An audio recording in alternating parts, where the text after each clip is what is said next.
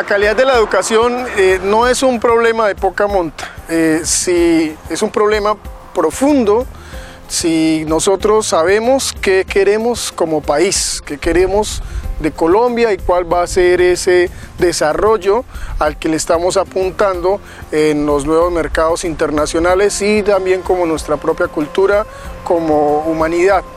En 1800 hay que comprender que en Estados Unidos, cuando se empezó a hablar sobre la educación pública, se estaba pensando en que era un momento en que se trabajaba agropecuariamente y la mayoría de las personas del campo, los campesinos, sobre todo los más pobres, estuvieron muy preocupados y le dijeron a la educación pública no.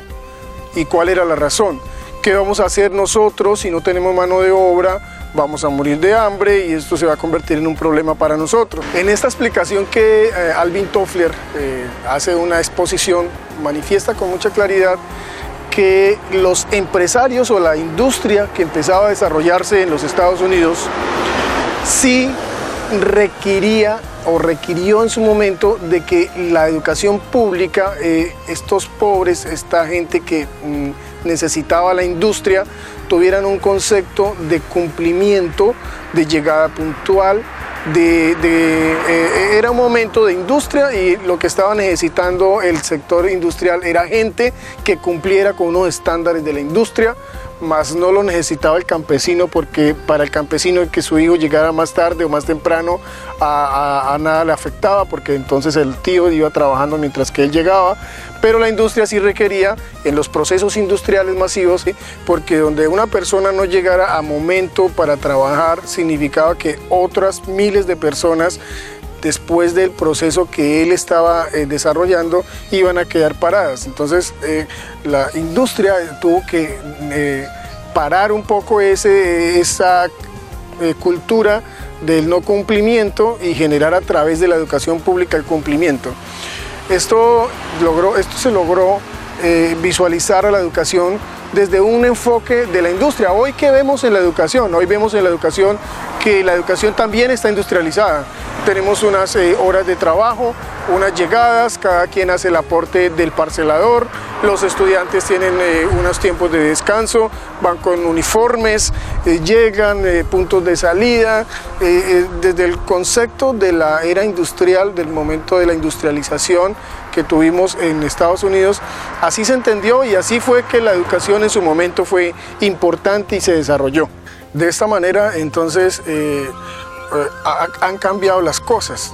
Hoy en día las formas del aprendizaje son diferentes. Vemos muchos docentes, padres de familia, que cuando llegó el internet, llegaron los computadores, los miraban, pensaban que eran importantes para la educación, pero en algún momento las empresas empezaron a exigirles a ellos mismos que deberían entregar un informe, que deberían recibir información, y entonces el niño se volvió el docente, el educador del papá, del abuelito, y otras formas de comunicación se fueron desarrollando. Quiere decir entonces que ahora tenemos una nueva forma o diferentes formas de aprender.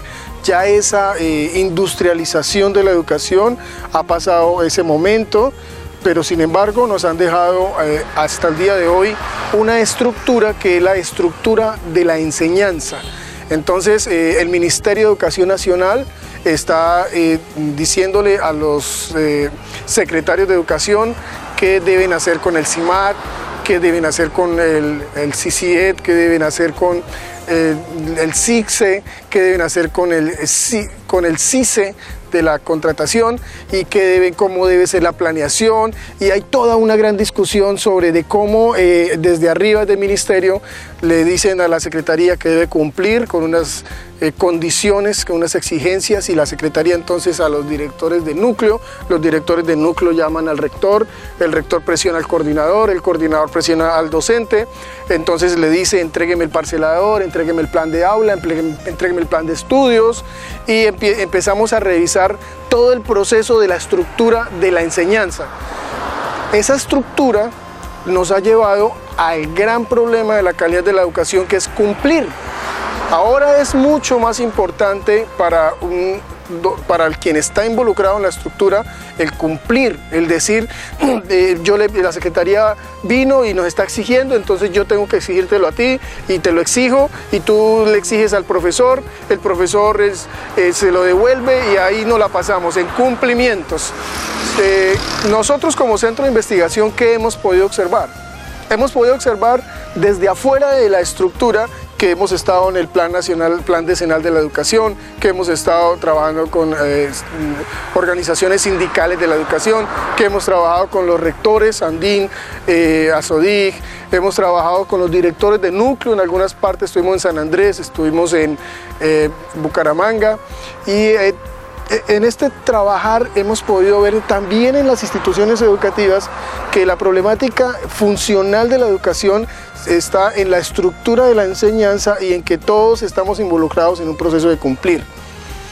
Miremos el rector, independientemente del rector. El rector es una persona que en la mayoría del tiempo le dedica a la gestión directiva, a la gestión administrativa, principalmente la administrativa, es más importante los procesos financieros, la entrega de boletines, que hay que atender al público, hay que atender a los proveedores, a los usuarios, a la señora del aseo, hay que atender a la Contraloría, hay que atender a todo aquel que venga a la institución, por alguna razón hay que atenderlo.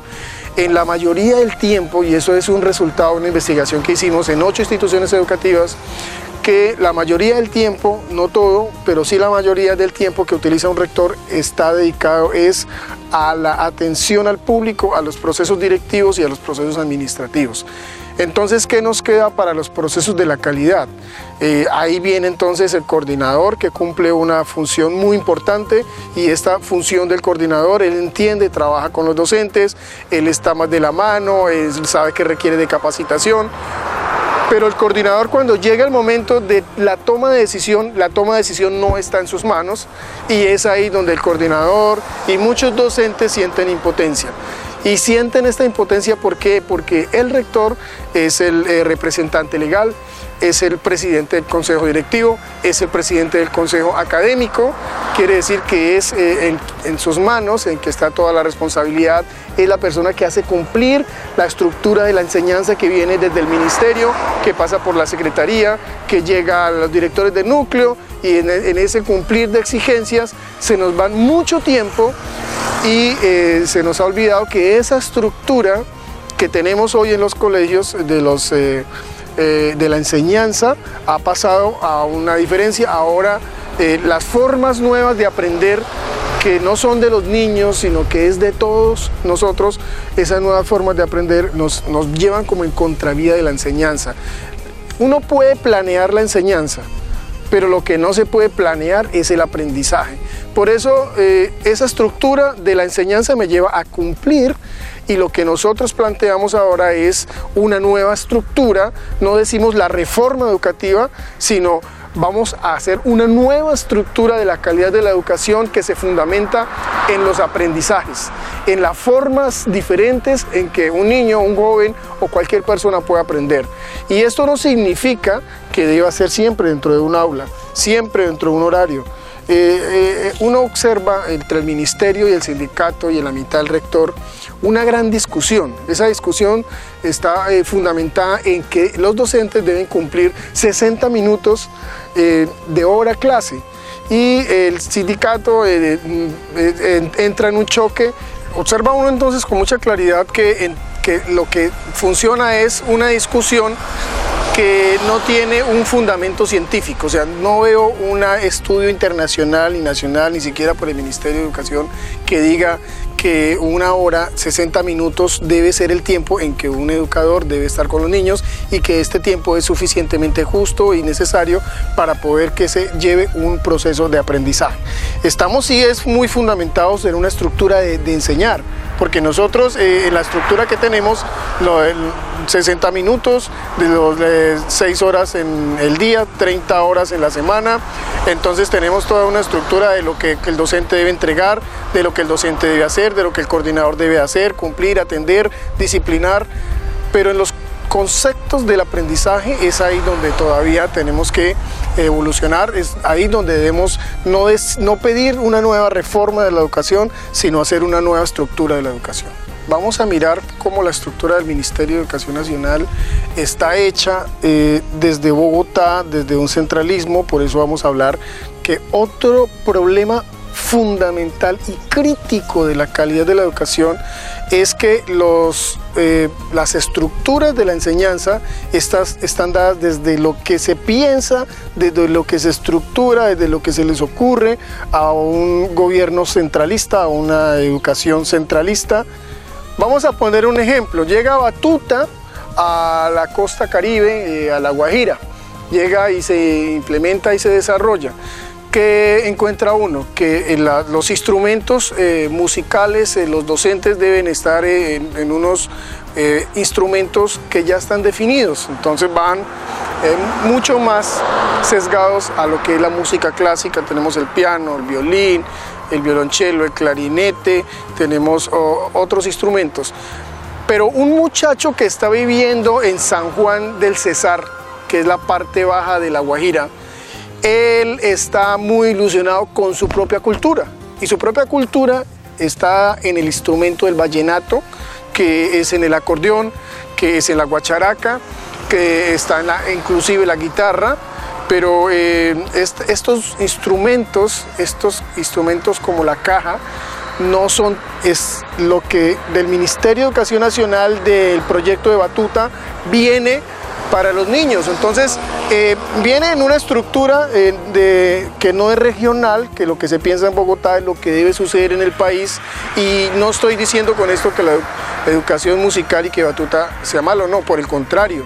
Me ha parecido que es de los mejores proyectos, porque cuando uno observa científicamente lo que genera el aprendizaje de un instrumento musical en un niño, pues desarrolla unas estructuras que son de la conciencia, que es lo que se genera porque hay un proceso de disciplina, y cuando ya se toca el instrumento ya viene un reconocimiento de que yo sí puedo, viene un reconocimiento de quién soy yo.